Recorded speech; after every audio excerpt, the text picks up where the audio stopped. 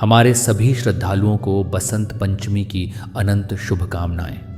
प्रिय भक्तजनों, आज हम बसंत पंचमी की वह अलौकिक और विरल गाथा सुनेंगे जिसे सुनने मात्र से साधक के जीवन का अज्ञान नष्ट हो जाता है।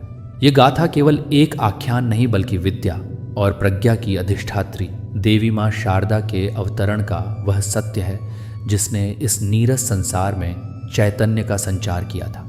यदि आप भी अपने जीवन में सुख, समृद्धि और असीम प्रज्ञा चाहते हैं तो इस गाथा को पूर्ण श्रद्धा भाव से अंतिम क्षण तक अवश्य सुनिए। तो आइए प्रारंभ करते हैं सृष्टि के उद्गम की यह अद्वितीय गाथा। किंतु श्रद्धालु बंधुओं, आगे बढ़ने से पूर्व एक अत्यंत आवश्यक बात जान लीजिए। हमारे शास्त्रों में कहा गया है कि कोई भी पवित्र गाथा यदि मध्य में छोड़ दी जाए तो उसका संपूर्ण फल प्राप्त नहीं होता, क्योंकि अधूरी गाथा मन में संशय छोड़ जाती है और संशय से प्रज्ञा भटकती है।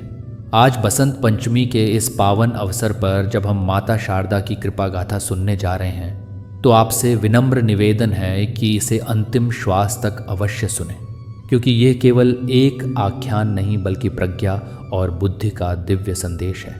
संभव है इस गाथा का कोई एक प्रसंग आपके जीवन की दिशा परिवर्तित कर दे, आपकी प्रज्ञा को जागृत कर दे और अविद्या के अंधकार से मुक्त कर दे।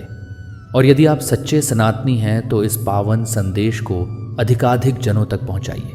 वीडियो को पसंद करें, साझा करें और हमारे चैनल भैरव भक्ति को सब्सक्राइब करना न भूलें। तो आइए माता शारदा के चरणों में श्रद्धा अर्पित करते हुए इस दिव्य गाथा का आरंभ करते हैं। सृष्टि के निर्माण का कार्य अभी अभी संपन्न हुआ था। परमपिता ब्रह्मदेव ने अपनी शक्ति से इस विश्व की रचना की थी। उन्होंने अपनी योगमाया से चराचर जगत को निर्मित किया था। भूमि बन चुकी थी, नवमंडल अपने स्थान पर था और पाताल भी स्थापित हो चुका था। ब्रह्मदेव ने बड़े ही उत्साह से पशु पक्षियों, नर नारियों और विविध प्रकार की वनस्पतियों का निर्माण किया था। उन्होंने सोचा था कि मेरी यह सृष्टि अपूर्व होगी, चारों ओर हर्षोल्लास होगा और यह संसार कोलाहल से परिपूर्ण होगा। किंतु जब ब्रह्मदेव ने अपनी निर्मित इस जगत को ध्यानपूर्वक देखा तो उन्हें एक विचित्र सी कमी अनुभव हुई। उन्होंने देखा कि उन्होंने देह तो निर्मित कर दिए हैं, किंतु उनमें वह चैतन्य नहीं है जो होना चाहिए। चारों दिशाओं में एक विचित्र सा मौन फैला हुआ था। ये मौन ऐसा था जो मन को व्याकुल करने वाला था। ब्रह्मदेव अपनी सवारी हंस पर आसीन होकर समस्त पृथ्वी का भ्रमण करने निकले। वह जिस ओर भी जाते उन्हें गंभीर, विषाद और निस्तब्धता ही मिलती। पवन प्रवाहित हो रही थी किंतु उसमें सरसराहट की ध्वनि नहीं थी। सरिताएं प्रवाहित हो रही थीं मगर उनके जल के टकराने की कलकल ध्वनि अनुपस्थित थी। वृक्ष खड़े तो थे किंतु उनके पत्ते हिलने पर भी कोई शोर नहीं होता था। वनों में पशु पक्षी तो थे मगर किसी के भी कंठ से कोई स्वर नहीं निकल रहा था, मानो समस्त सृष्टि मूक हो गई हो। यह दृश्य देखकर ब्रह्मदेव का हृदय अत्यंत व्यथित हो गया। वह विचार करने लगे कि मैंने यह कैसी सृष्टि निर्मित कर दी है। इसमें तो कोई रस ही नहीं है। ये तो एक निर्जीव शरीर के समान है।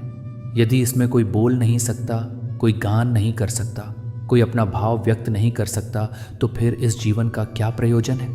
चारों ओर व्याप्त इस निस्तब्धता को देखकर ब्रह्मदेव अत्यंत चिंतित हो गए। उन्हें प्रतीत हुआ कि उनका यह सृजन अपूर्ण रह गया है। ब्रह्मदेव एक स्थान पर रुक गए और चिंतन करने लगे। उन्होंने अनुभव किया कि इस विश्व में नाद की कमी है, ज्ञान की कमी है और वाणी की कमी है। बिना वाणी के कोई भी प्राणी अपने मनोभाव दूसरे को कैसे समझाएगा। बिना ज्ञान के यह मानव अज्ञानी ही रहेगा और पशुवत व्यवहार करेगा। इस समस्या का समाधान करना अत्यंत आवश्यक था, अन्यथा सृष्टि का विकास वहीं अवरुद्ध हो जाता। तभी ब्रह्मदेव के मन में एक विचार आया। उन्हें प्रतीत हुआ कि अब इस समस्या का निवारण केवल आद्या शक्ति ही कर सकती है।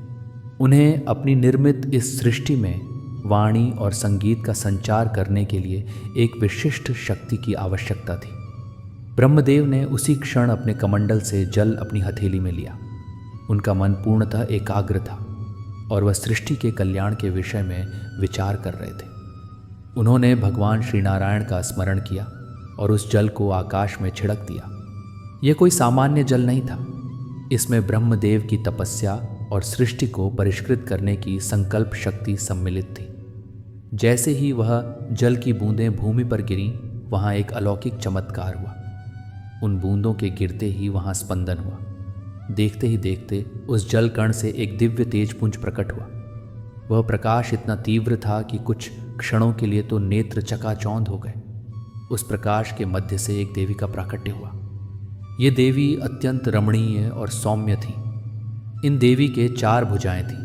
उन्होंने धवल यानी श्वेत रंग के परिधान धारण किए हुए थे, जो शांति और पावनता का प्रतीक प्रतीत हो रहे थे। उनकी एक भुजा में सुंदर वीणा थी, दूसरी भुजा में वृद्ध मुद्रा थी जो अभयदान प्रदान कर रही थी, तीसरी भुजा में पुस्तक थी और चौथी भुजा में स्फटिक की माला थी। उनके मुखमंडल पर एक ऐसी दिव्य मुस्कान थी जो किसी के भी मन को मुग्ध कर ले। यह साक्षात माता शारदा थी, जो ब्रह्मदेव के संकल्प से प्रकट हुई थी। माता के प्रकट होते ही वहाँ का परिवेश परिवर्तित हो गया। जो पवन अब तक शांत थी, उसमें एक स्फूर्ति आ गई। ब्रह्मदेव ने जब इस अलौकिक शक्ति को देखा तो उन्हें समझ आ गया कि अब सृष्टि का मौन भंग होने वाला है। ये वही शक्ति थी जिसकी इस संसार को सर्वाधिक आवश्यकता थी। माता शारदा का वह तेजस्वी रूप देखकर ब्रह्मदेव ने उन्हें प्रणाम किया। माता शारदा ने ब्रह्मदेव की ओर दृष्टिपात किया। उनकी नेत्रों में असीम करुणा और ज्ञान का सागर था। अभी तक उन्होंने कुछ उच्चारित नहीं किया था, किंतु उनकी उपस्थिति मात्र से ही वहाँ की ऊर्जा परिवर्तित हो गई थी। ब्रह्मदेव ने कर जोड़कर माता से प्रार्थना की। ब्रह्मदेव बोले, हे देवी, मैंने इस सृष्टि की रचना तो कर दी है, किंतु यह मूक है, यह वाक्शून्य है। इसमें न तो कोई शब्द है, न कोई रस है और न ही कोई संगीत। मेरे निर्मित जीव जंतु और मानव परस्पर संवाद नहीं कर सकते। यह संपूर्ण संसार एक गहन मौन में निमग्न है। मैं आपसे याचना करता हूं कि आप इस संसार को अपनी वाणी से अनुग्रहित करें। आप इन प्राणियों को स्वर प्रदान करें ताकि यह सृष्टि सजीव हो सके। ब्रह्मदेव की प्रार्थना सुनकर माता शारदा मुस्कुराई। उन्हें अपने अवतार का उद्देश्य ज्ञात हो गया था। उन्हें ज्ञात था कि उन्हें इस संसार में क्या कार्य संपन्न करना है। माता ने अपनी वीणा को अपनी भुजाओं में संभाला। यह एक ऐतिहासिक क्षण था। सृष्टि के इतिहास में प्रथम बार कोई नाद गूंजायमान होने वाला था। माता शारदा ने अत्यंत कोमल हाथों से वीणा के तारों को स्पर्श किया। जैसे ही उनकी अंगुलियां वीणा के तारों पर पड़ीं, उससे एक दिव्य झंकार निःसृत हुई। सा का स्वर गूंजायमान हो उठा। ये इस विश्व का प्रथम संगीत था। वीणा से निकला वह मधुर स्वर पवन में घुल गया। देखते ही देखते चमत्कार होने लगे। वीणा की उस ध्वनि का प्रभाव समस्त पृथ्वी पर हुआ। जो सरिताएं अब तक मौन बह रही थीं, अचानक उनसे कलकल की ध्वनि आने लगी। पवन ने साएं साएं का शोर करना प्रारंभ कर दिया। शुष्क वृक्षों में मानो प्राण आ गए और उनके पत्तों के हिलने से खड़खड़ाहट होने लगी। इतना ही नहीं, वहां उपस्थित पक्षियों के कंठ खुल गए। कोयल कूजने लगी, मयूर नृत्य करने लगे और खगों ने कलरव करना प्रारंभ किया। जो पशु अब तक केवल संकेतों में जी रहे थे, उनके मुख से भी ध्वनियां निकलने लगीं। प्रत्येक जीव को अपनी अपनी भाषा प्राप्त हो गई। मानव जो अब तक मौन था, उसने भी अपना मुख खोला और उसके कंठ से शब्द फूट पड़े। उसे भाषा प्राप्त हुई, उसे वाणी प्राप्त हुई। ब्रह्मदेव यह सब देखकर अति प्रसन्न हुए। जिस संसार को वह निर्जीव समझ रहे थे, वह अब संगीत और ध्वनियों से परिपूर्ण हो गया था। चारों दिशाओं में आनंद का वातावरण निर्मित हो गया था। माता शारदा की वीणा के प्रभाव से संपूर्ण विश्व में नाद यानी शब्द का संचार हो गया था। इसी को शब्द ब्रह्म कहा गया। ब्रह्मदेव ने देखा कि माता की वीणा से सप्त स्वर निकले। सारे गा मा प ध नि, इन्हीं 7 स्वरों से संगीत निर्मित हुआ। इसीलिए माता शारदा को संगीत की देवी कहा जाने लगा। उनकी भुजा में पुस्तक थी जिससे वेदों का ज्ञान प्रकट हुआ। उनकी भुजा की माला ने ध्यान और भक्ति का मार्ग प्रदर्शित किया। उस दिवस बसंत पंचमी की तिथि थी, माघ मास के शुक्ल पक्ष की पंचमी। इसी पावन दिवस पर माता शारदा का आगमन इस धरा पर हुआ था। इसीलिए ब्रह्मदेव ने यह घोषणा की कि आज के दिवस समस्त संसार आपकी आराधना करेगा, क्योंकि बसंत ऋतु का समय था और चारों दिशाओं में पीत वर्ण बिखरा हुआ था। इसलिए यह दिवस और भी विशिष्ट बन गया था। ब्रह्मदेव ने माता शारदा को वागीश्वरी का नाम प्रदान किया, जिसका अर्थ है वाणी की स्वामिनी। उन्होंने कहा कि हे देवी, आपके बिना यह संसार अज्ञान के अंधकार में भटकता रहता। आपने ही इसे ज्ञान का प्रकाश प्रदान किया है। आज से आप विद्या, प्रज्ञा, कला और संगीत की अधिष्ठात्री देवी कहलाएंगी। जो भी मनुष्य सच्चे हृदय से आपकी आराधना करेगा उसे अज्ञानता से मुक्ति प्राप्त होगी। उस समय वहाँ का दृश्य अत्यंत मनोहारी था। देवगण, गंधर्व और ऋषि मुनि सभी वहाँ उपस्थित हो गए। सभी ने माता शारदा की स्तुति की। यह सृष्टि की प्रथम शारदा पूजा थी जो स्वयं ब्रह्मदेव के सान्निध्य में संपन्न हुई थी।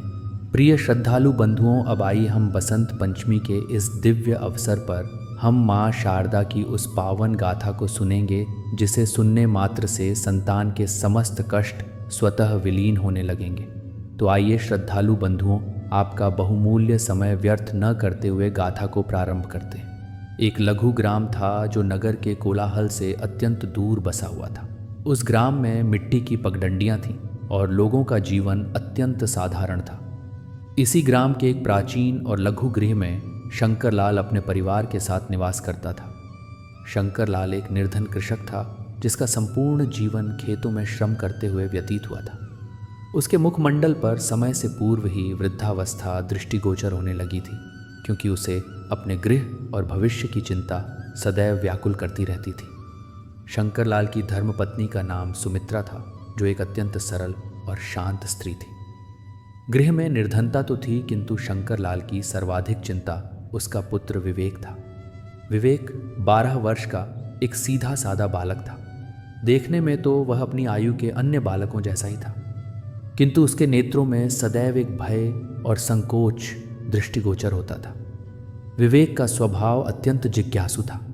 वह जगत की प्रत्येक वस्तु को जानने की इच्छा रखता था, किंतु जब बात पुस्तकों और अध्ययन की आती तो उसका मस्तिष्क जैसे कार्य करना बंद कर देता था।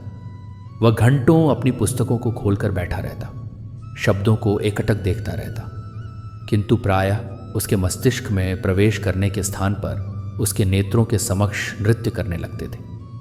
विवेक की समस्या यह थी कि वह जो भी स्मरण करता कुछ ही क्षणों में विस्मृत कर देता। गणित के प्रश्न उसे पर्वत जैसे प्रतीत होते थे और हिंदी के शब्द उसे उलझा देते थे। पाठशाला में जब भी गुरुजी उससे कोई प्रश्न पूछते तो विवेक का कंठ शुष्क हो जाता था। वह उत्तर झात होने पर भी भय के कारण उसकी वाणी नहीं निकलती थी। कक्षा के अन्य बालक उस पर हास्य करते थे। कोई उसे मंदबुद्धि कहता तो कोई उसका उपहास करते हुए कहता कि विवेक के सामर्थ्य का कुछ नहीं है। ये सब सुनकर विवेक का लघु हृदय अत्यंत आहत हो जाता था। सायंकाल का समय था, सूर्य अस्त हो रहा था और ग्राम के प्रत्येक गृह में दीपक और दीप प्रज्वलित होने लगे थे।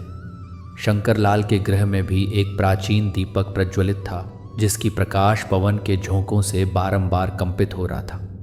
विवेक उसी मध्यम प्रकाश में अपनी प्रतिलिपि लेकर बैठा था।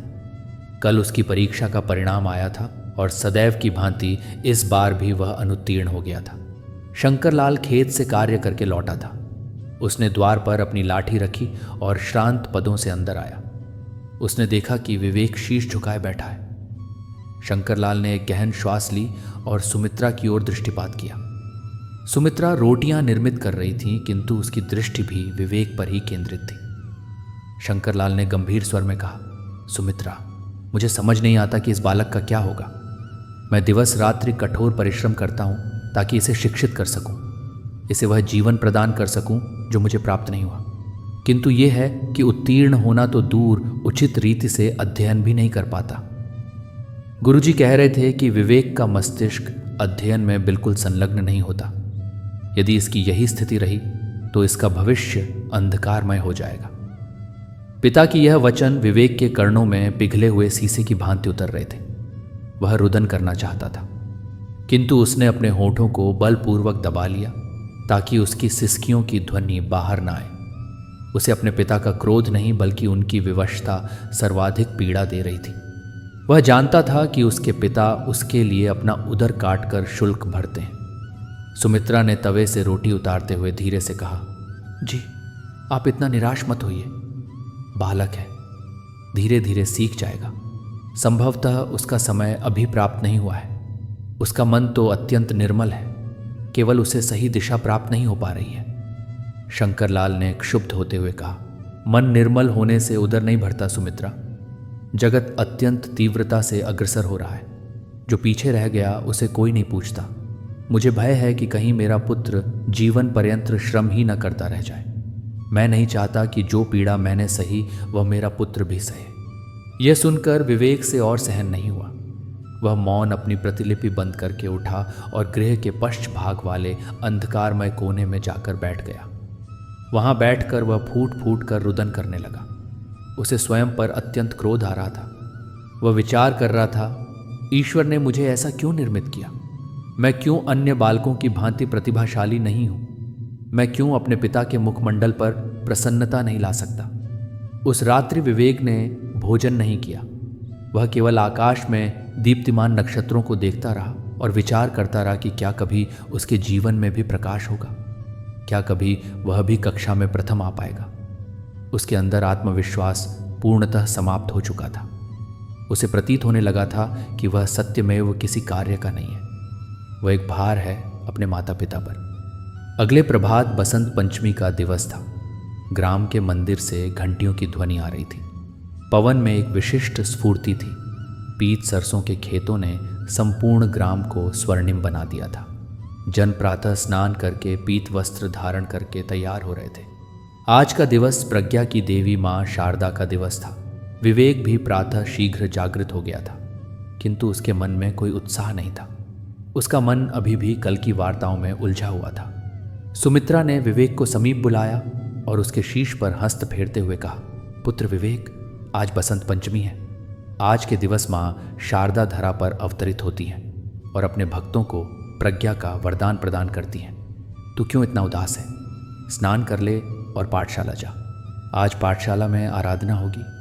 विवेक ने उदास मन से कहा, माता, आराधना करने से क्या होगा? भगवान मेरी तो सुनते ही नहीं। मैं कितना भी परिश्रम कर लूँ मुझे कुछ स्मरण ही नहीं होता। मैं पाठशाला नहीं जाऊँगा माता, सभी मेरा उपहास करते हैं। सुमित्रा ने विवेक का मुखमंडल अपने हस्तों में लिया और उसके नेत्रों में देखते हुए कहा, पुत्र, साहस ऐसे नहीं हारते। जो हृदय से पुकारता है ईश्वर उसकी अवश्य सुनते हैं। तेरे परिश्रम में कमी नहीं है, केवल तुझे स्वयं पर विश्वास नहीं है। आज तू पाठशाला जा और पूर्ण हृदय से बिना किसी लोभ के माँ शारदा के समक्ष कर जोड़ना। देखना, वह तेरी सहायता अवश्य करेंगी। माता की वार्ताओं में एक विचित्र विश्वास था, जिसने विवेक के अंदर एक आशा की लघु किरण जागृत कर दी। उसने विचार किया कि चलो एक बार माता के कहने पर प्रयत्न करके देखता हूँ। विवेक ने स्नान किया, स्वच्छ वस्त्र धारण की और अपना थैला लेकर पाठशाला की ओर चल पड़ा। मार्ग में उसे उसके मित्र मिले जो सदैव की भांति हास्य कर रहे थे और क्रीड़ा कर रहे थे, किंतु विवेक आज मौन था। उसके मस्तिष्क में केवल अपनी माता की वार्ता गूंजायमान हो रही थी। वह विचार कर रहा था कि क्या सत्यमेव कोई चमत्कार हो सकता है? क्या सत्यमेव उसे भी विद्या प्राप्त हो सकती है? जैसे ही वह पाठशाला के द्वार पर पहुंचा, उसने देखा कि पाठशाला को पीत गेंदे के पुष्पों से सुसज्जित किया गया है। मध्य में माँ शारदा की एक विशाल और सुंदर प्रतिमा स्थापित थी। प्रतिमा के मुखमंडल पर इतनी शांति और दीप्ति थी कि विवेक की दृष्टि उस पर स्थिर हो गई। अगरबत्ती की सुगंध से संपूर्ण वातावरण पवित्र हो गया था। समस्त बालक पंक्ति में लगकर आराधना की तैयारी कर रहे थे। गुरुजी ने समस्त बालकों को समझाया, बालकों, आज का दिवस अत्यंत विशिष्ट है। आज हम विद्या की देवी की आराधना करेंगे।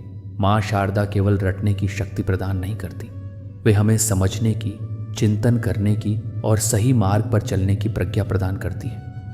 आज जो भी सत्य हृदय से माँ से वरदान याचना करेगा, माँ उसकी झोली कभी रिक्त नहीं रखेंगी। गुरुजी की वार्ताएं सुनकर विवेक के मन में एक विचित्र हलचल होने लगी।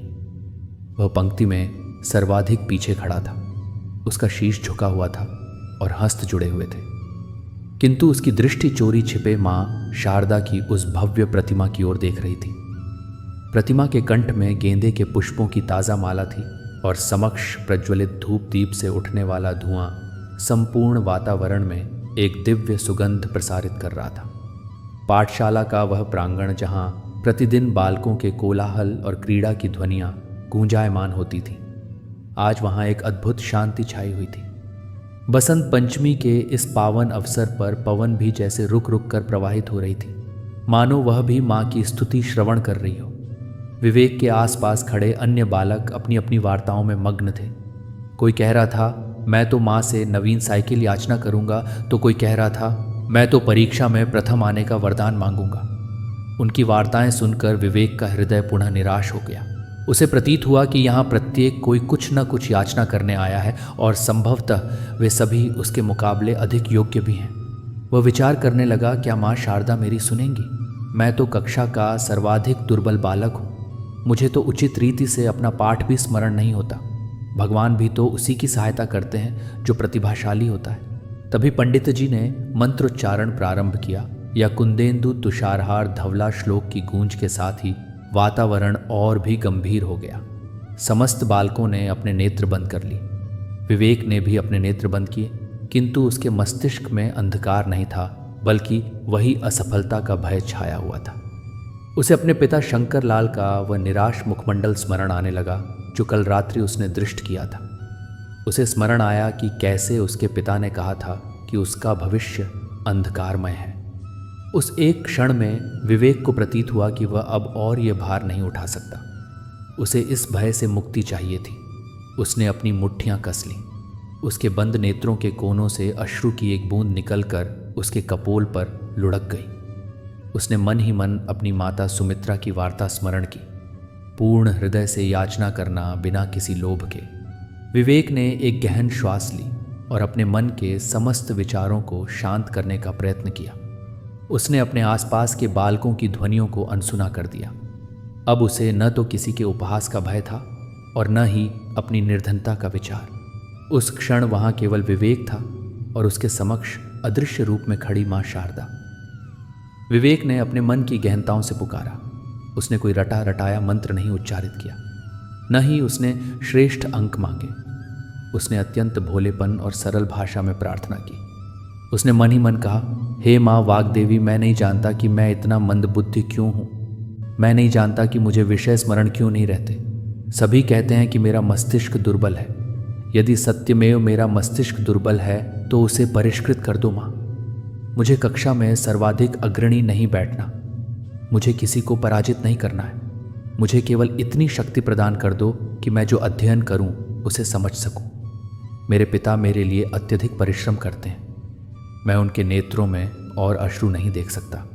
मुझे विद्या का दान प्रदान करो माँ, ताकि मैं एक श्रेष्ठ मानव बन सकूं और अपने माता पिता का सहारा बन सकूं। ये प्रार्थना करते हुए विवेक का संपूर्ण शरीर कंपित होने लगा। ये कंपन भय का नहीं था, बल्कि यह एक समर्पण का भाव था। उसने अपनी समस्त कमियां, समस्त भय और समस्त निराशा माँ के चरणों में स्थापित कर दी थी। वह काफी समय तक वैसे ही खड़ा रहा। अश्रु प्रवाहित होते रहे और वह मन ही मन माँ के नाम का जाप करता रहा। उसे झांत ही नहीं हुआ कि कब आरती समाप्त हो गई और कब पंडित जी प्रसाद वितरित करने लगे। अचानक उसके स्कंद पर किसी ने हस्त रखा। विवेक ने चौंक कर नेत्र खोले। समक्ष उसके कक्षा गुरुजी खड़े थे। गुरुजी ने मुस्कुराते हुए कहा, विवेक, क्या हुआ पुत्र? तुम इतने समय से नेत्र बंद किए खड़े हो? आराधना तो समाप्त भी हो गई। सभी बालक प्रसाद ग्रहण कर रहे हैं, तुम भी ग्रहण कर लो। विवेक ने विह्वल होते हुए अपने अश्रु पोंछे और गुरुजी की ओर दृष्टिपात किया। उसे प्रतीत हुआ कि संभवतः गुरुजी उसे फटकार लगाएंगे या फिर उसका उपहास करेंगे कि वह रुदन कर रहा था। किंतु गुरुजी के नेत्रों में आज एक विशिष्ट स्नेह था। विवेक ने धीरे से अपना हस्त आगे बढ़ाया। गुरुजी ने उसके नन्हे हस्तों पर मिश्री और पीत चावल का प्रसाद स्थापित किया। जैसे ही विवेक ने वह प्रसाद ग्रहण किया, उसे अपने अंदर एक विचित्र परिवर्तन अनुभव हुआ। कुछ क्षण पूर्व तक उसका मन जो भारी था, वह अब एकदम हल्का प्रतीत हो रहा था, जैसे किसी ने उसके शीश से अत्यंत भारी बोझ हटा दिया हो। पवन का एक शीतल झोंका आया और पाठशाला के प्रांगण में स्थित नीम के वृक्ष से कुछ पीत पत्ते और पुष्प टूटकर सीधे विवेक के चरणों के समीप आ गिरे। ये एक साधारण घटना थी, किंतु विवेक को प्रतीत हुआ जैसे यह माँ का आशीर्वाद है। वह पंक्ति से बाहर आया और एक कोने में जाकर बैठ गया। उसने प्रसाद ग्रहण किया। मिश्री की वह मधुरता उसके कंठ से उतरते हुए सीधे उसके हृदय तक पहुंच गई। उसे झांत नहीं था कि उसकी प्रार्थना सुनी गई है अथवा नहीं, किंतु उसे एक विषय का निश्चय हो गया था कि अब वह एकाकी नहीं है। उसके अंदर का वह भय जो उसे सदैव जकड़े रहता था वह अब कुछ न्यून हो गया था। पाठशाला की अवकाश के पश्चात जब वह गृह जाने के लिए निकला तो उसके पद पूर्व से अधिक तीव्र थे। प्रतिदिन वह पाठशाला से गृह जाते समय श्रांत और उदास अनुभव करता था, किंतु आज उसके पदों में एक नवीन ऊर्जा थी। मार्ग में खेत, वृक्ष और खगों की कलरव उसे आज अत्यंत सुहावनी प्रतीत हो रही थी। गृह पहुंचकर उसने देखा कि उसके पिता शंकरलाल द्वार पर बैठे अपनी प्राचीन चप्पल सी रहे थे। विवेक ने समीप जाकर अपने थैले को खूंटी पर टांगा और पिता के पास बैठ गया। शंकरलाल ने शीश उठाकर पुत्र की ओर दृष्टिपात किया।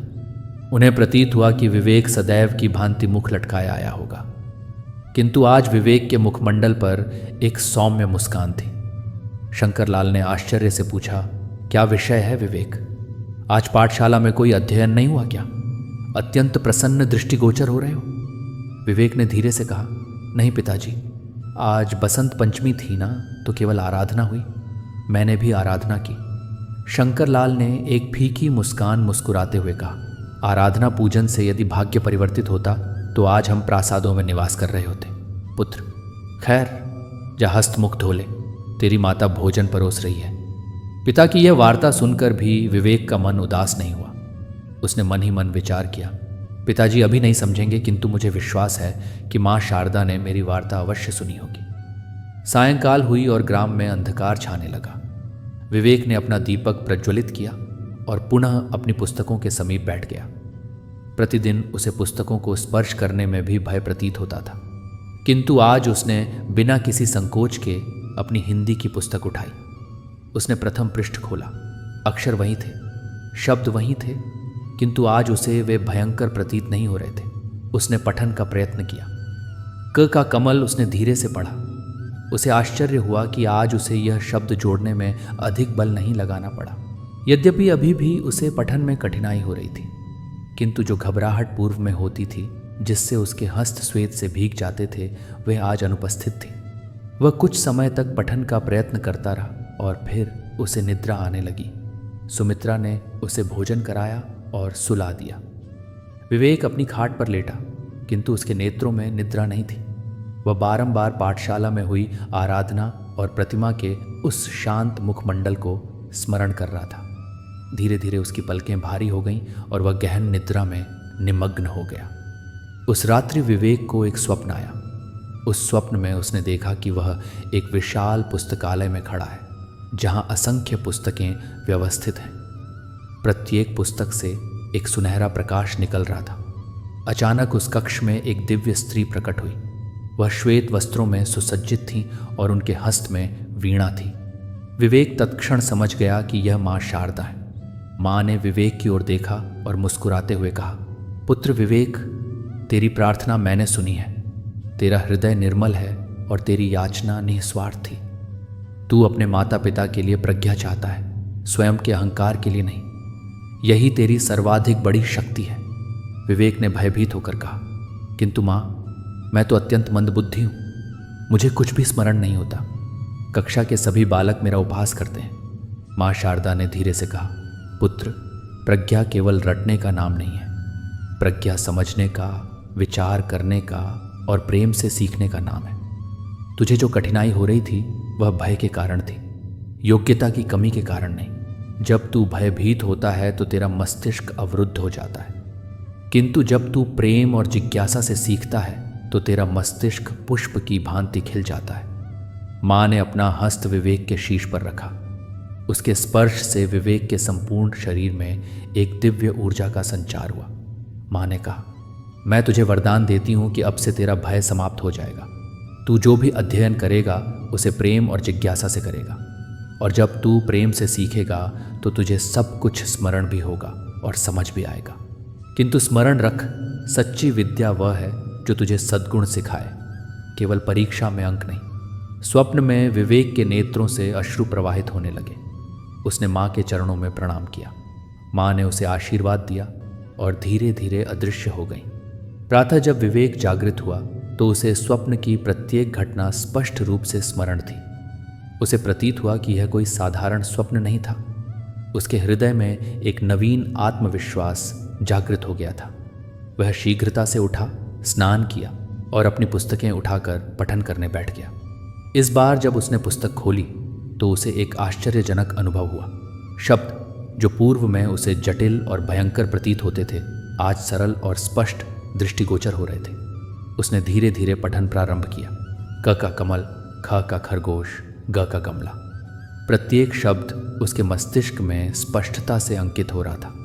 ये केवल रटना नहीं था, बल्कि वह प्रत्येक शब्द को समझ रहा था, उसका अर्थ जान रहा था। सुमित्रा जब प्रातःकाल का भोजन लेकर आई तो उसने देखा कि विवेक अत्यंत तन्मयता से पुस्तक पढ़ रहा है। उसके मुखमंडल पर एक विचित्र तेज था। सुमित्रा का हृदय प्रसन्नता से भर गया। उसने मन ही मन मां शारदा को धन्यवाद दिया। विवेक प्रतिदिन पाठशाला जाता और अब उसे अध्ययन में रुचि आने लगी थी। भय जो उसके मस्तिष्क को जकड़े रखता था, वह धीरे धीरे विलुप्त हो रहा था। जब गुरुजी कुछ समझाते तो विवेक ध्यानपूर्वक सुनता। यदि कुछ समझ नहीं आता तो अब वह निसंकोच प्रश्न पूछता था। पूर्व में वह भय से प्रश्न नहीं पूछता था, किंतु अब वह समझ गया था कि प्रश्न पूछना अज्ञानता नहीं बल्कि सीखने की इच्छा है। धीरे धीरे विवेक के अध्ययन में सुधार दृष्टिगोचर होने लगा। जो गणित के प्रश्न उसे पर्वत समान प्रतीत होते थे, अब वह उन्हें सुलझाने का प्रयत्न करता। कभी कभी वह सफल होता, कभी असफल, किंतु असफलता उसे अब निराश नहीं करती थी। वह पुनः प्रयत्न करता और सीखता रहता। कक्षा के वे बालक जो उसका उपहास करते थे, अब उन्हें भी विवेक में परिवर्तन दृष्टिगोचर होने लगा। एक दिवस जब गुरुजी ने एक कठिन प्रश्न पूछा तो कक्षा के अधिकांश बालक मौन रहे। विवेक ने संकोच से हंस उठाया। गुरुजी को आश्चर्य हुआ। उन्होंने कहा, हाँ विवेक, बोलो। विवेक ने जो उत्तर दिया वह पूर्णतः सही नहीं था, किंतु उसकी विचार प्रक्रिया सही दिशा में थी। गुरुजी ने मुस्कुराते हुए कहा, अत्यंत श्रेष्ठ प्रयत्न विवेक, तुम सही दिशा में विचार कर रहे हो, केवल यहाँ थोड़ा सुधार करना होगा। और उन्होंने विवेक को समझाया। उस दिवस विवेक के हृदय में अपूर्व प्रसन्नता हुई।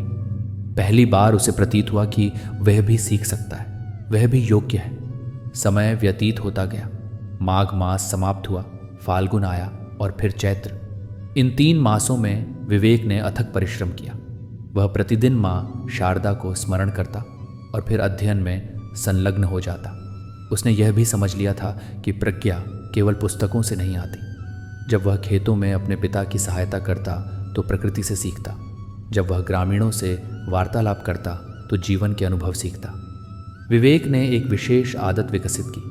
प्रतिदिन रात्रि में सोने से पूर्व वह दिवस भर में जो कुछ भी सीखा उसे स्मरण करता और एक छोटी प्रतिलिपि में लिखता। यह उसकी स्वयं की डायरी बन गई, जहां वह अपने विचार, प्रश्न और सीखे हुए पाठ अंकित करता। एक दिवस गुरुजी ने घोषणा की कि आगामी सप्ताह वार्षिक परीक्षा होगी। यह सुनकर कक्षा के समस्त बालक चिंतित हो गए। विवेक के मन में भी थोड़ा भय आया, किंतु उसने तत्क्षण मां शारदा को स्मरण किया। उसे स्वप्न में मां की वार्ताएं स्मरण आईं, भय को दूर करो, प्रेम से सीखो। विवेक ने परीक्षा की तैयारी प्रारंभ की। वह रात्रि में अधिक समय तक जागृत रहकर अध्ययन नहीं करता था, बल्कि नियमित रूप से प्रतिदिन कुछ घंटे ध्यानपूर्वक अध्ययन करता। वह केवल रटता नहीं था, बल्कि प्रत्येक विषय को समझने का प्रयत्न करता। परीक्षा का दिवस आया। विवेक प्रातः उठा, स्नान किया और माँ शारदा का स्मरण किया। उसने प्रार्थना की, हे माँ, आज मुझे वह प्रज्ञा प्रदान करो जो आपने दी है। मैं भयभीत नहीं हूँ। मैं जो भी जानता हूँ वह लिखूंगा और जो नहीं जानता उसे स्वीकार करूंगा। मुझे केवल सत्यनिष्ठा और शांति प्रदान करो। पाठशाला में जब प्रश्न पत्र वितरित हुए तो विवेक ने शांत मन से पत्र को देखा।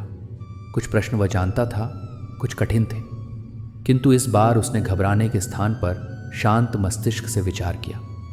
उसने जो प्रश्न ज्ञात थे उन्हें प्रथम हल किया, फिर कठिन प्रश्नों पर आया। उसने अपनी समझ के अनुसार उत्तर लिखे। भले ही वे पूर्णतः सही ना हो, किंतु उसने ईमानदारी से प्रयत्न किया। परीक्षा समाप्त हुई। विवेक को संतोष था।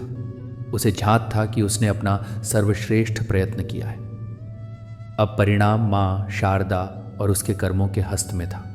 2 सप्ताह पश्चात परिणाम घोषित होने का दिवस आया। विवेक के हृदय में उत्सुकता थी, किंतु भय नहीं। जब गुरुजी ने परिणाम की घोषणा प्रारंभ की तो प्रत्येक बालक उत्सुकता से प्रतीक्षा कर रहा था। गुरुजी ने कहा, इस वर्ष एक बालक ने अत्यंत आश्चर्यजनक प्रगति की है। यह बालक जो पूर्व में अनुत्तीर्ण होता था, इस बार न केवल उत्तीर्ण हुआ है बल्कि श्रेष्ठ अंकों से उत्तीर्ण हुआ है। ये प्रमाण है कि परिश्रम, समर्पण और विश्वास से कोई भी लक्ष्य प्राप्त किया जा सकता है। विवेक, तुम आगे आओ। यह सुनकर संपूर्ण कक्षा में तालियों की ध्वनि गूंजायमान हो उठी। विवेक को विश्वास नहीं हो रहा था। वह धीरे धीरे आगे बढ़ा। गुरुजी ने उसे उसका प्रमाण पत्र प्रदान किया। विवेक ने देखा कि उसे सभी विषयों में उत्तीर्ण अंक प्राप्त हुए हैं। यद्यपि वह प्रथम स्थान पर नहीं आया था, किंतु उसकी प्रगति अद्वितीय थी। गुरुजी ने विवेक के स्कंध पर हस्त रखते हुए कहा, विवेक, मैं तुमसे अत्यंत प्रसन्न हूं। तुमने सिद्ध कर दिया कि असफलता अंतिम नहीं है। जो व्यक्ति हार नहीं मानता और निरंतर प्रयत्नशील रहता है, उसे अवश्य सफलता प्राप्त होती है। विवेक के नेत्रों में प्रसन्नता के अश्रु थे। उसने मन ही मन माँ शारदा को धन्यवाद दिया। ये उसकी सफलता नहीं थी, ये माँ की कृपा थी। जब विवेक गृह पहुंचा तो उसने अपना प्रमाण पत्र अपने पिता को प्रदर्शित किया। शंकरलाल ने प्रमाण पत्र देखा और उनके नेत्र विस्मय से विस्तृत हो गए। उन्होंने विश्वास नहीं किया। उन्होंने पुनः देखा, हाँ, उनका पुत्र विवेक उत्तीर्ण हुआ था। शंकरलाल के नेत्रों से अश्रु प्रवाहित होने लगे, किंतु यह पीड़ा के अश्रु नहीं थे, यह हर्ष के अश्रु थे। उन्होंने विवेक को अपने आलिंगन में भर लिया और कहा, पुत्र, मैंने तुम पर विश्वास खो दिया था।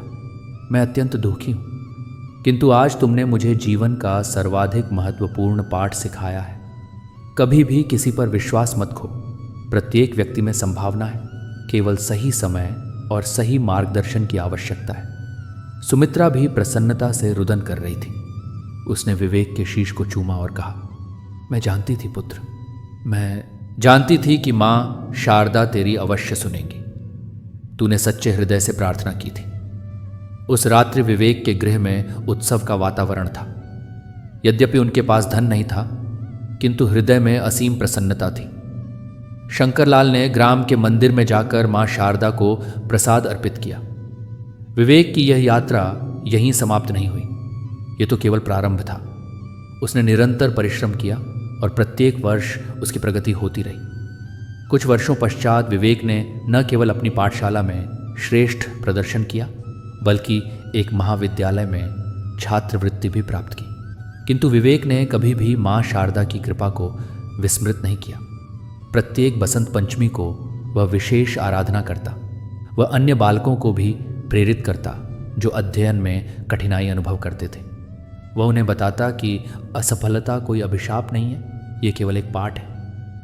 विवेक जब महाविद्यालय में था तब एक दिवस उसने निर्णय लिया कि वह अपने ग्राम में निर्धन बालकों के लिए एक निःशुल्क पाठशाला प्रारंभ करेगा।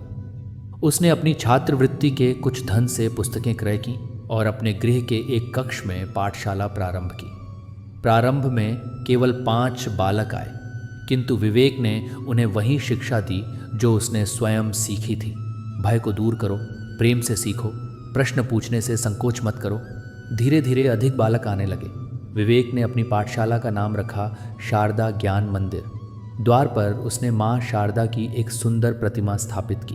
प्रत्येक दिवस पाठशाला प्रारंभ करने से पूर्व सभी बालक माँ शारदा को प्रणाम करते और फिर अध्ययन प्रारंभ करते। वर्षों पश्चात जब विवेक एक सफल शिक्षक बन गया, तब एक दिवस एक बालक उसके पास आया। वह बालक अत्यंत निराश था। उसने कहा, गुरुजी, मैं अत्यंत मंदबुद्धि हूँ, मुझे कुछ भी समझ नहीं आता। सभी मेरा उपहास करते हैं, मैं अध्ययन छोड़ देना चाहता हूँ।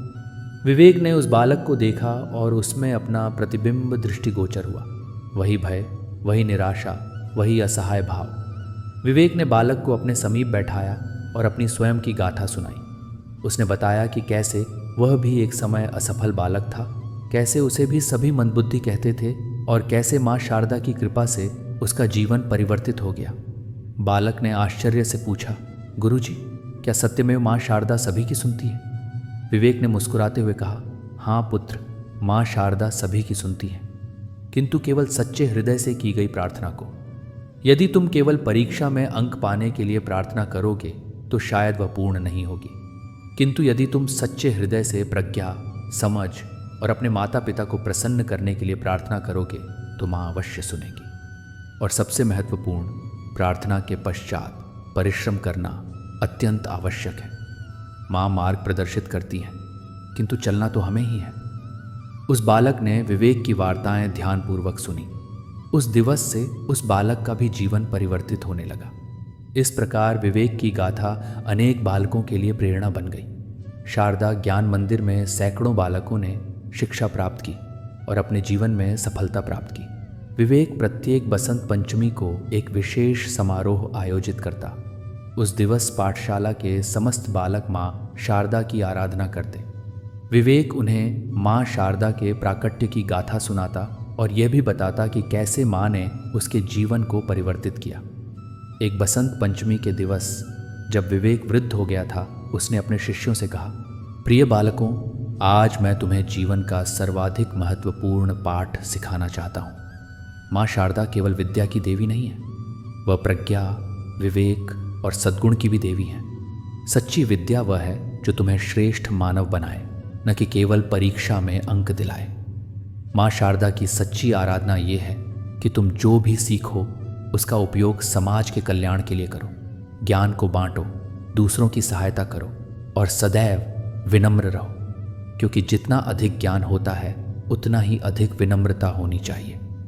विवेक के शिष्यों ने उनकी वार्ताएं हृदय में अंकित कर लीं और इस प्रकार माँ शारदा की कृपा की यह गाथा पीढ़ी दर पीढ़ी प्रसारित होती रही।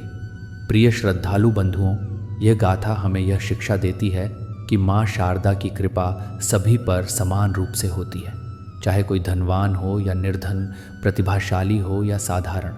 यदि हृदय सच्चा है और प्रयत्न निरंतर है तो माँ अवश्य कृपा करती है। विवेक की गाथा यह भी सिद्ध करती है कि असफलता कोई अंत नहीं है, बल्कि यह एक नया प्रारंभ है। जो व्यक्ति असफलता से सीखता है और पुनः प्रयत्न करता है वह अवश्य सफल होता है। इस बसंत पंचमी के पावन अवसर पर हम सभी को संकल्प लेना चाहिए कि हम भी विवेक की भांति निरंतर प्रयत्नशील रहेंगे। हम अपने बालकों को यह गाथा सुनाएंगे और उन्हें प्रेरित करेंगे कि वे कभी भी हार न माने। माँ शारदा की कृपा से प्रत्येक बालक में असीम संभावनाएं हैं। केवल आवश्यकता है सही मार्गदर्शन, प्रेम और विश्वास की। आइए हम सभी माँ शारदा के चरणों में प्रणाम करें और उनसे प्रार्थना करें कि वह हमारे जीवन में भी प्रज्ञा, विवेक और सद्गुण का संचार करें। जय माँ शारदा, जय माँ वाग्देवी। इस पावन गाथा को यहीं विराम देते हैं। यदि आपको यह गाथा प्रेरणादायक लगी हो तो इसे अधिकाधिक जनों तक प्रसारित करें, वीडियो को पसंद करें और हमारे चैनल भैरव भक्ति को सब्सक्राइब करना न भूलें। माँ शारदा की कृपा सदैव आप सभी पर बनी रहे। जय माँ शारदा। विवेक के जीवन में परिवर्तन तो आ गया था, किंतु उसकी वास्तविक परीक्षा अभी शेष थी। जैसे जैसे समय व्यतीत होता गया, विवेक की ख्याति ग्राम में फैलने लगी। लोग कहने लगे कि शंकरलाल का पुत्र, जो कभी मंदबुद्धि समझा जाता था, अब पाठशाला में श्रेष्ठ प्रदर्शन कर रहा है। ये वार्ता जंगल में आग की भांति संपूर्ण ग्राम में प्रसारित हो गई। किंतु हर सफलता के साथ ईर्ष्या भी आती है। ग्राम में कुछ ऐसे भी जन थे जो विवेक की सफलता से प्रसन्न नहीं थे। उनमें से एक था राम प्रसाद, जो ग्राम का धनवान व्यापारी था। उसका पुत्र मोहन विवेक के साथ ही पाठशाला में अध्ययन करता था। मोहन सदैव से कक्षा में प्रथम स्थान प्राप्त करता था और उसके पिता को इस पर अत्यधिक गर्व था। जब विवेक ने उत्तीर्ण होकर श्रेष्ठ अंक प्राप्त किए तो राम प्रसाद को यह सहन नहीं हुआ। एक दिवस वह शंकरलाल के गृह पर आया। उसके चेहरे पर व्यंग्य की मुस्कान थी। उसने कहा, अरे शंकरलाल भाई, सुना है तुम्हारा पुत्र अचानक होशियार हो गया है। ये तो चमत्कार ही है ना। एक बालक जो पूर्व में अक्षर भी ठीक से नहीं पढ़ सकता था, अचानक उत्तीर्ण हो गया। कहीं कोई अनुचित मार्ग तो नहीं अपनाया? शंकरलाल का मुखमंडल क्रोध से लाल हो गया। उन्होंने दृढ़ता से कहा, राम प्रसाद जी, मेरे पुत्र ने कठोर परिश्रम किया है। उसने माँ शारदा की कृपा से और अपने परिश्रम से यह सफलता प्राप्त की है। यदि आपको विश्वास नहीं है तो गुरुजी से पूछ लीजिए। राम प्रसाद ने व्यंग्यपूर्वक कहा, हाँ, माँ शारदा की कृपा। ये तो बहाना है। खैर, देखते हैं कि तुम्हारा पुत्र आगामी परीक्षा में भी यही प्रदर्शन करता है अथवा नहीं। और यह कहकर वह चला गया। विवेक ने यह संपूर्ण वार्तालाप सुना था। उसका हृदय पीड़ा से भर गया। उसे क्रोध भी आया, किंतु उससे अधिक उसे यह निश्चय करना था कि वह अपने पिता के विश्वास को निराश नहीं करेगा। उसने मन ही मन प्रतिज्ञा की कि वह निरंतर परिश्रम करेगा और सिद्ध करेगा कि उसकी सफलता कोई संयोग नहीं बल्कि उसके परिश्रम का परिणाम है। उस रात्रि विवेक ने माँ शारदा के समक्ष एक दीपक प्रज्वलित किया। उसने प्रार्थना की, हे माँ, लोग मेरी सफलता पर संदेह कर रहे हैं। मुझे शक्ति प्रदान करो कि मैं निरंतर परिश्रम करता रहूं। मुझे अहंकार से बचाओ और विनम्रता प्रदान करो। मैं केवल अपने पिता का सम्मान वापस दिलाना चाहता हूँ। अगले कुछ मासों में विवेक ने अभूतपूर्व परिश्रम किया। वह प्रातः 4 बजे जागृत हो जाता और 2 घंटे अध्ययन करता, फिर खेतों में अपने पिता की सहायता करता, पाठशाला से लौटकर पुनः अध्ययन करता। किंतु इस बार उसका अध्ययन केवल पुस्तकों तक सीमित नहीं था। उसने यह समझ लिया था कि सच्ची प्रज्ञा जीवन के अनुभवों से भी आती है। एक दिवस पाठशाला में गुरुजी ने एक विशेष घोषणा की। उन्होंने कहा, बालकों, इस वर्ष हमारे ज़िले में एक विशेष प्रतियोगिता का आयोजन हो रहा है। इस प्रतियोगिता का नाम है सर्वश्रेष्ठ विद्यार्थी प्रतियोगिता। इसमें ज़िले की समस्त पाठशालाओं के बालक भाग लेंगे। प्रतियोगिता में गणित, विज्ञान, हिंदी, सामान्य ज्ञान और एक विशेष प्रश्नोत्तरी द्वार होगा। जो बालक विजयी होगा उसे एक बड़ा पुरस्कार और छात्रवृत्ति प्राप्त होगी। मैं चाहता हूं कि हमारी पाठशाला से कोई बालक इसमें भाग ले। मोहन तत्क्षण खड़ा हो गया और बोला, गुरुजी, मैं भाग लूँगा। मैं सदैव प्रथम आता हूँ तो मैं ही जाऊँगा। गुरुजी ने मुस्कुराते हुए कहा, मोहन, यह श्रेष्ठ बात है कि तुम्हारे अंदर आत्मविश्वास है, किंतु मैं चाहता हूँ कि हमारी पाठशाला से 2 बालक भाग लें, एक तुम और दूसरा। उन्होंने कक्षा में दृष्टि घुमाई और विवेक पर रुक गए। विवेक, तुम भी इस प्रतियोगिता में भाग लोगे। यह सुनकर कक्षा में कुछ बालक मंद मंद हंसने लगे। एक बालक ने फुसफुसाते हुए कहा, विवेक, वे तो कुछ मास पूर्व तक अनुत्तीर्ण होता था, वह प्रतियोगिता में क्या करेगा? विवेक ने यह सुना, किंतु उसने कोई प्रतिक्रिया नहीं की। उसने गुरुजी की ओर देखा और धीरे से सिर हिलाया। उसके मन में भय था, संदेह था, किंतु उससे अधिक एक दृढ़ संकल्प था। वह सिद्ध करना चाहता था कि वह योग्य है। उस दिवस के पश्चात विवेक की तैयारी और गहन हो गई। गुरुजी ने विशेष रूप से उसे और मोहन को अतिरिक्त समय दिया, किंतु मोहन का व्यवहार विवेक के प्रति अत्यंत कटु था। वह निरंतर विवेक को नीचा दिखाने का प्रयत्न करता। एक दिवस जब दोनों गुरुजी के पास विशेष कक्षा के लिए बैठे थे, तो गुरुजी ने एक कठिन गणित का प्रश्न पूछा। मोहन ने शीघ्रता से उत्तर दे दिया, किंतु उत्तर गलत था। विवेक ने धीरे से हंस उठाया और सही उत्तर बताया।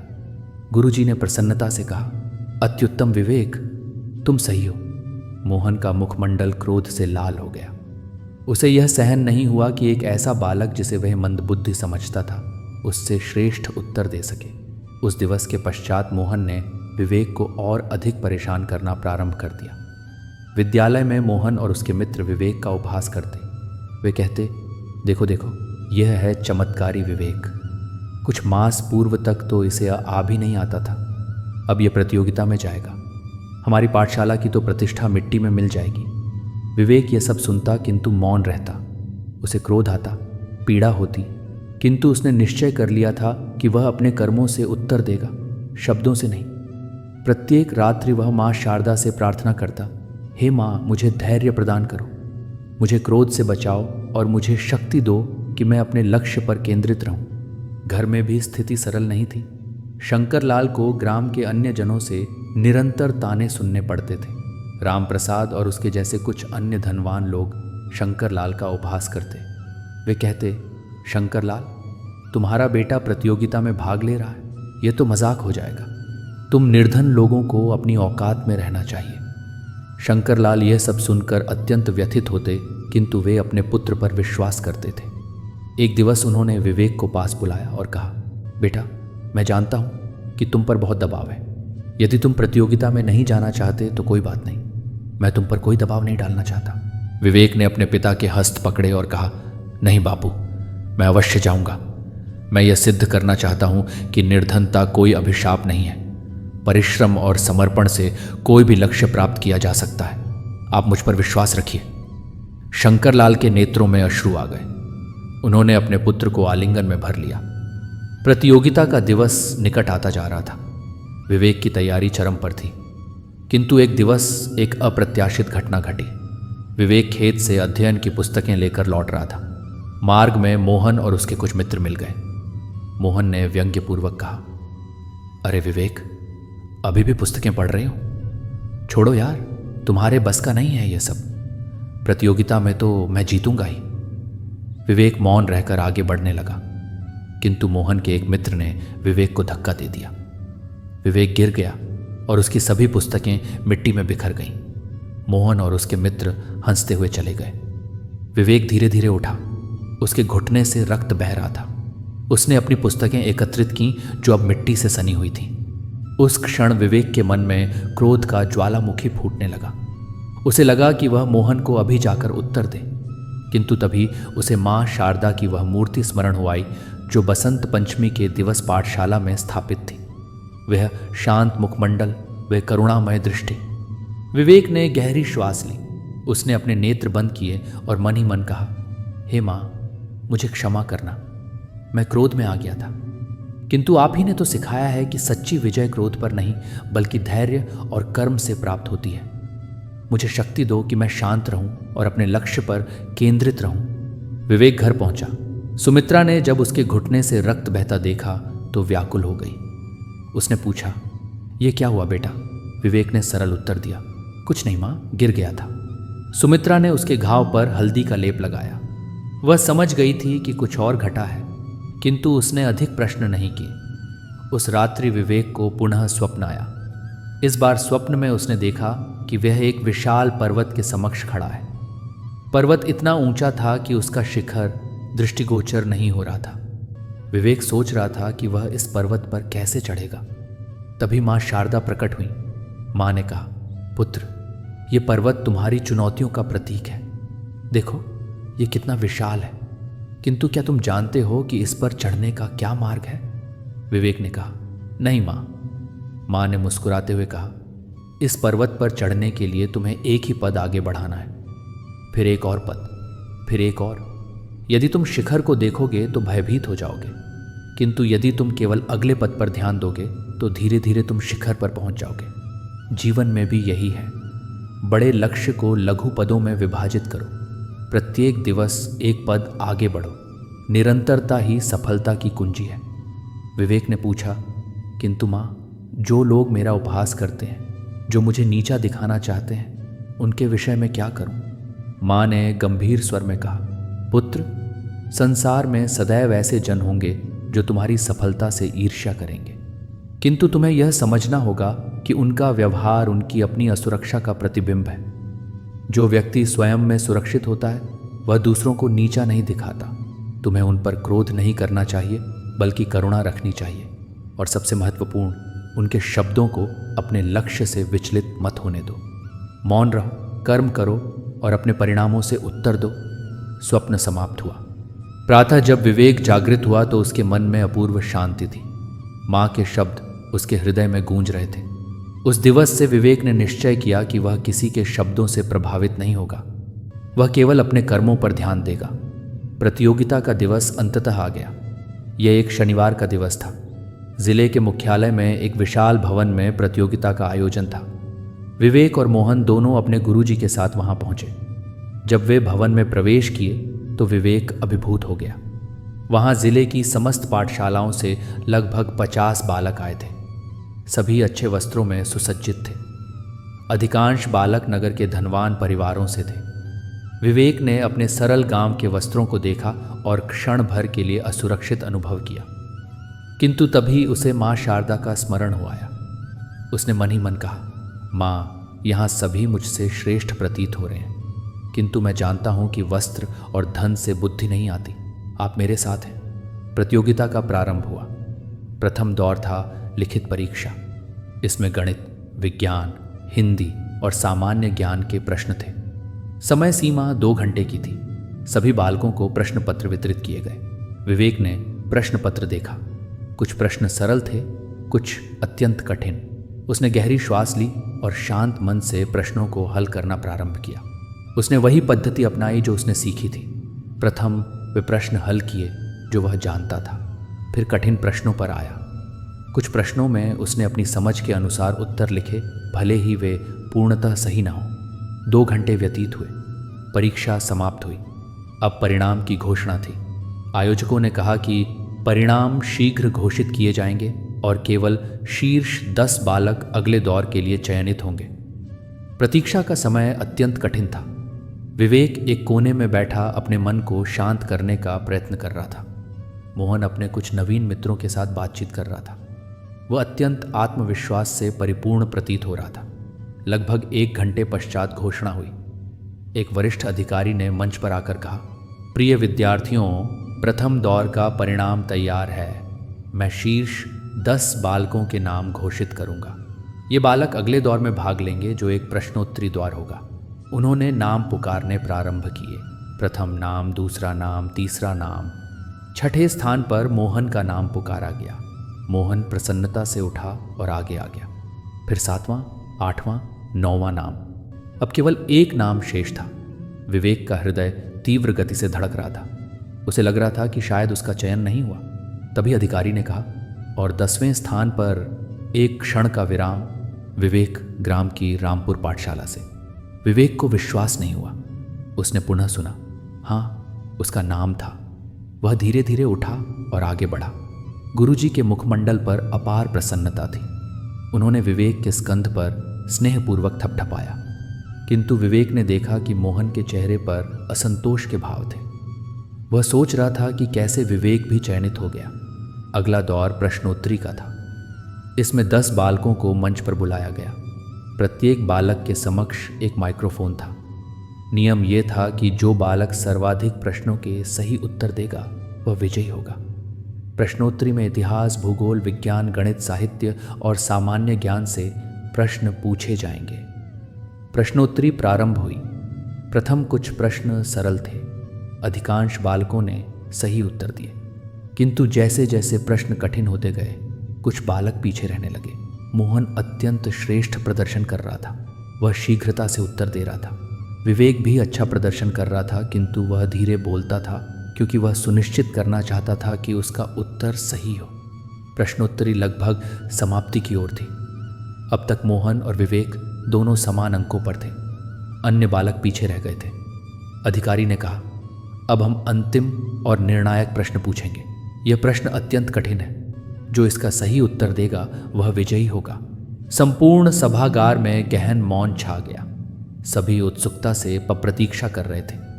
अधिकारी ने प्रश्न पूछा, बताइए, भारतीय संस्कृति में ऐसी कौन सी देवी हैं जिन्होंने इस संसार को वाणी और संगीत प्रदान किया? उनके हाथों में कौन से 4 प्रतीक हैं और उनका क्या महत्व है? साथ ही बताइए कि उनके अवतरण का क्या उद्देश्य था। यह सुनकर विवेक का हृदय तीव्र गति से धड़कने लगा। यह प्रश्न मां शारदा के विषय में था। वही देवी जिन्होंने उसके जीवन को परिवर्तित किया था। यह कोई संयोग नहीं था। विवेक को प्रतीत हुआ कि मां स्वयं उसकी परीक्षा ले रही हैं। मोहन ने शीघ्रता से अपना हस्त उठाया और कहा, जी, ये मां सरस्वती हैं। उनके हाथों में वीणा, पुस्तक, माला और... किंतु वह रुक गया। वह चौथा प्रतीक स्मरण नहीं कर पा रहा था। उसने घबराहट में कहा, और एक कमल। अधिकारी ने कहा, अपूर्ण उत्तर। चौथा प्रतीक कमल नहीं है, कोई और। विवेक ने धीरे से अपना हस्त उठाया। अधिकारी ने कहा, हाँ विवेक। विवेक खड़ा हुआ। उसके नेत्र बंद हो गए। उसे बसंत पंचमी का वह दिवस स्मरण हो आया जब उसने पहली बार सच्चे हृदय से मां शारदा से प्रार्थना की थी। उसे स्वप्न में मां का वह रूप स्मरण हो आया, वह मुस्कान, वह करुणामय दृष्टि। विवेक ने शांत किंतु स्पष्ट स्वर में कहा, जी, ये मां शारदा हैं, जिन्हें मां सरस्वती, वाग्देवी और शारदा भी कहा जाता है। वे विद्या, बुद्धि, कला और संगीत की अधिष्ठात्री देवी हैं। उनके 4 भुजाओं में 4 प्रतीक हैं। प्रथम वीणा, जो संगीत और कला का प्रतीक है। यह हमें सिखाती है कि जीवन में सामंजस्य और संतुलन होना चाहिए। द्वितीय पुस्तक, जो ज्ञान और विद्या का प्रतीक है।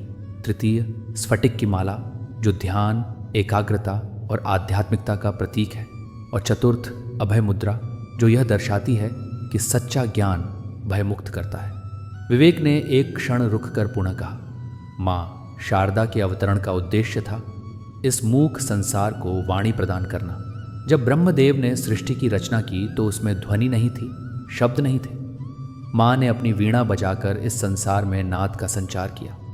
किंतु माँ का सबसे महत्वपूर्ण संदेश ये है कि सच्ची विद्या वह है जो हमें विनम्र बनाए, जो हमें सद्गुण सिखाए और जो हमें केवल स्वयं के लिए नहीं बल्कि समस्त संसार के कल्याण के लिए प्रेरित करे।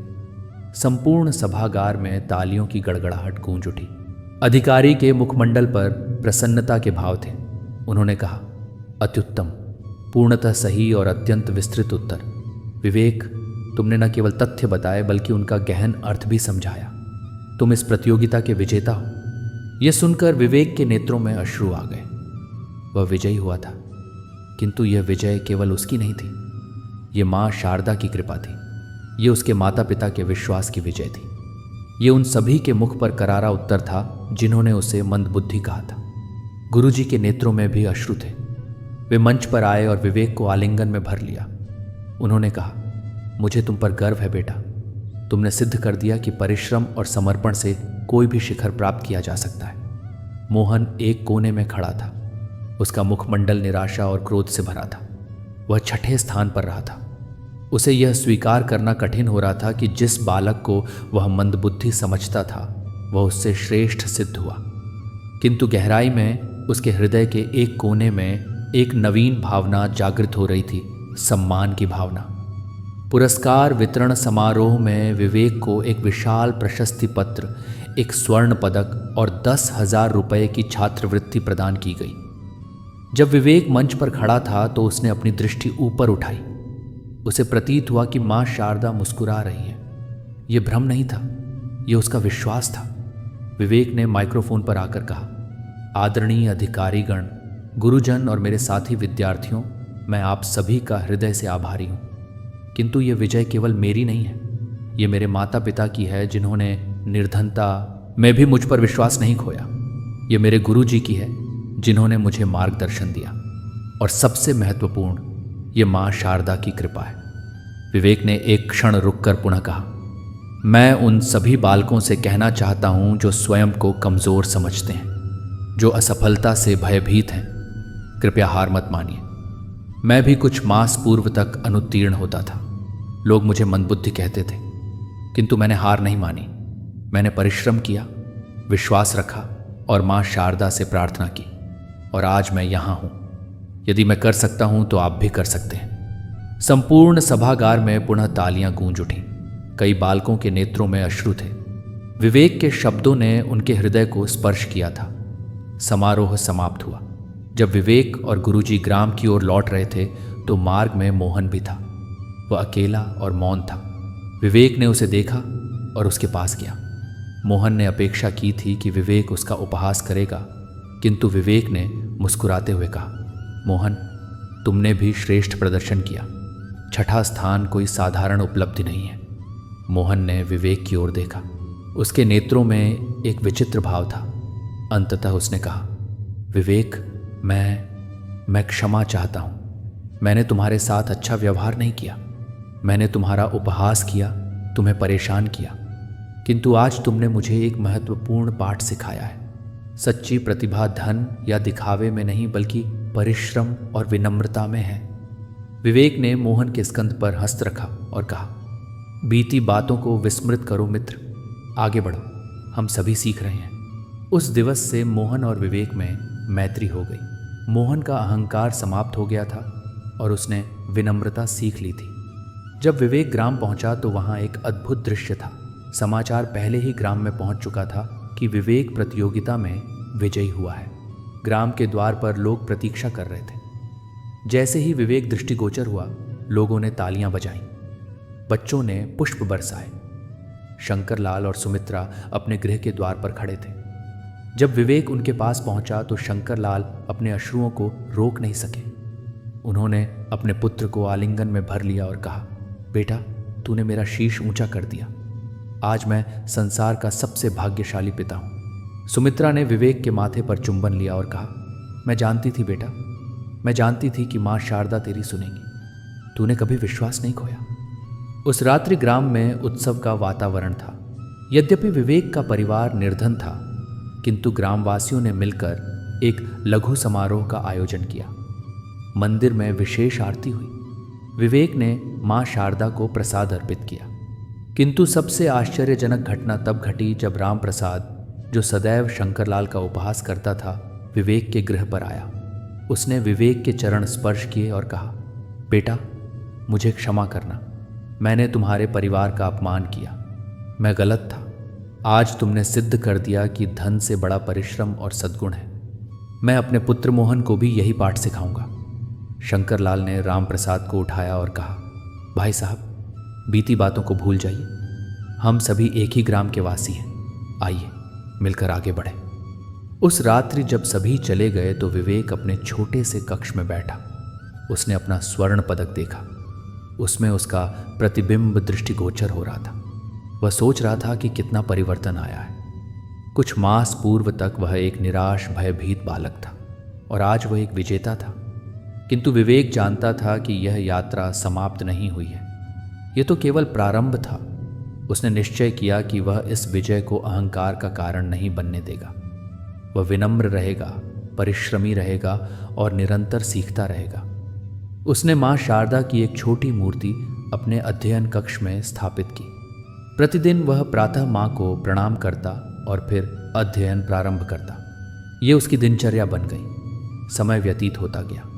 विवेक ने अपनी शिक्षा जारी रखी। वह निरंतर उत्तम प्रदर्शन करता रहा, किंतु उसने कभी अपनी जड़ों को नहीं भुलाया।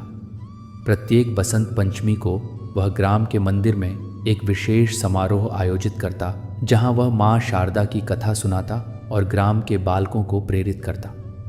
एक वर्ष पश्चात जब पुनः बसंत पंचमी का पावन अवसर आया तो विवेक ने एक विशेष निर्णय लिया। उसने अपनी छात्रवृत्ति के कुछ धन से पाठशाला के लिए पुस्तकों का दान किया। उसने कहा, गुरुजी, ये पुस्तकें उन बालकों के लिए हैं जो निर्धन परिवारों से हैं और पुस्तकें क्रय नहीं कर सकते। प्रत्येक बालक को सीखने का अधिकार है। गुरुजी ने प्रसन्नता से उन पुस्तकों को स्वीकार किया और पाठशाला में एक लघु पुस्तकालय की स्थापना की। इस पुस्तकालय का नाम रखा गया शारदा ज्ञान भंडार। धीरे धीरे विवेक की यह पहल विस्तृत होने लगी। ग्राम के अन्य शिक्षित युवक भी इससे प्रेरित हुए। उन्होंने भी निर्धन बालकों की सहायता करना प्रारंभ किया। एक सामूहिक प्रयास प्रारंभ हुआ जहां सभी मिलकर ग्राम की शिक्षा व्यवस्था को सुधारने में संलग्न हो गए। विवेक के इस कार्य की ख्याति जिले में फैलने लगी। जिला शिक्षा अधिकारी ने विवेक को सम्मानित करने का निश्चय किया। एक विशेष समारोह में विवेक को सामाजिक सेवा पुरस्कार प्रदान किया गया।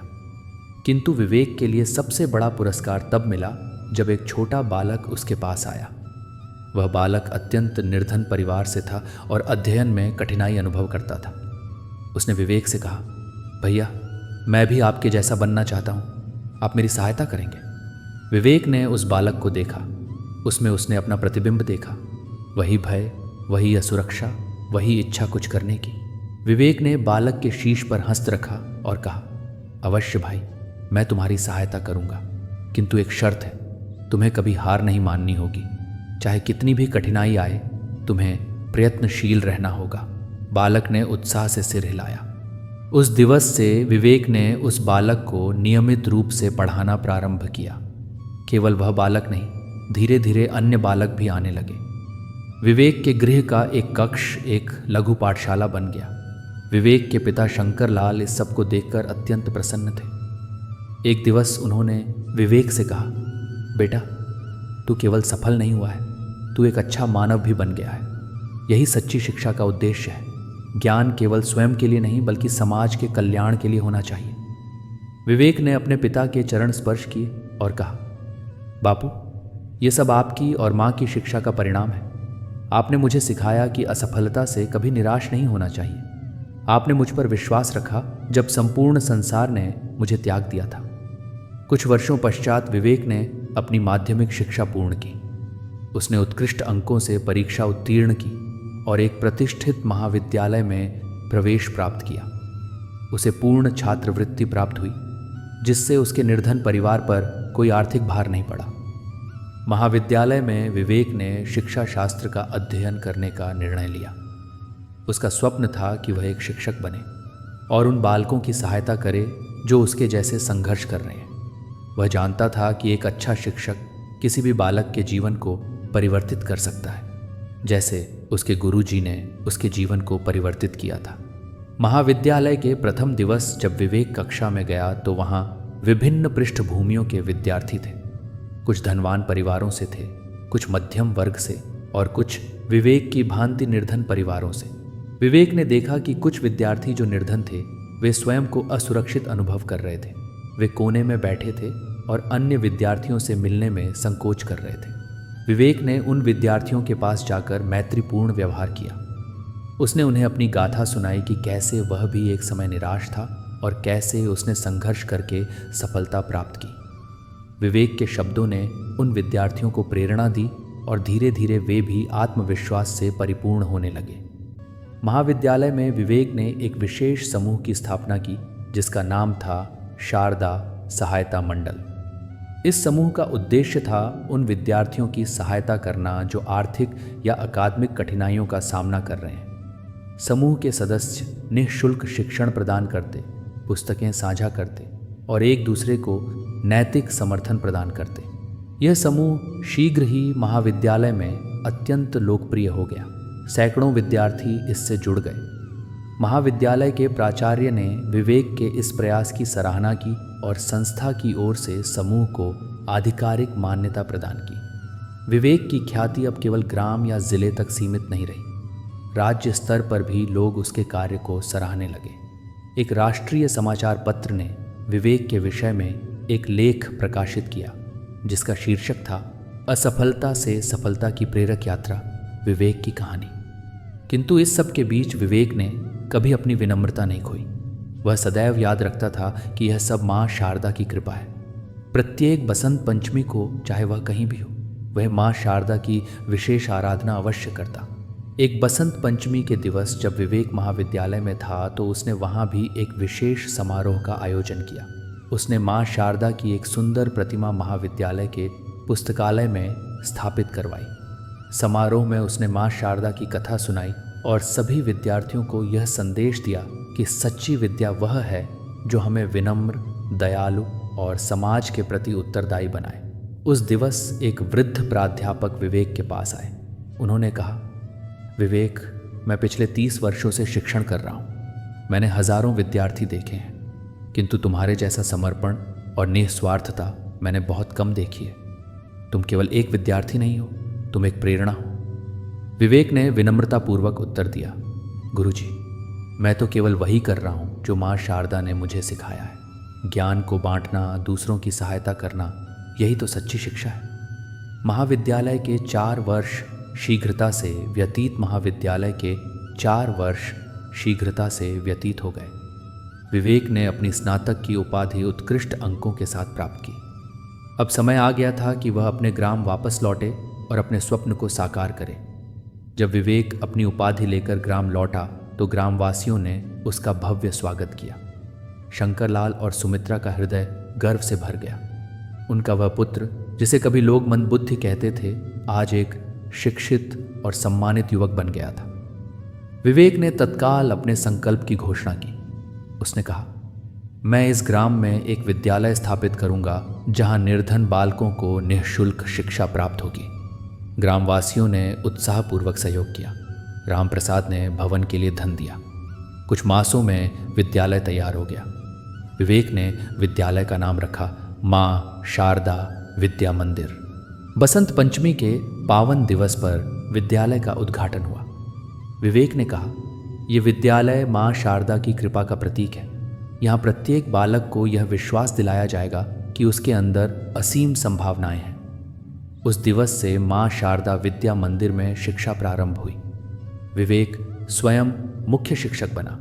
वह केवल पुस्तकीय ज्ञान नहीं देता था, बल्कि बालकों में आत्मविश्वास, सद्गुण और समाज सेवा की भावना भी जागृत करता था। वर्षों में सैकड़ों बालकों ने इस विद्यालय से शिक्षा प्राप्त की। कई निर्धन बालक जो स्वयं को असफल समझते थे, विवेक के मार्गदर्शन में सफल हुए। विवेक की गाथा पूरे प्रदेश में प्रेरणा बन गई।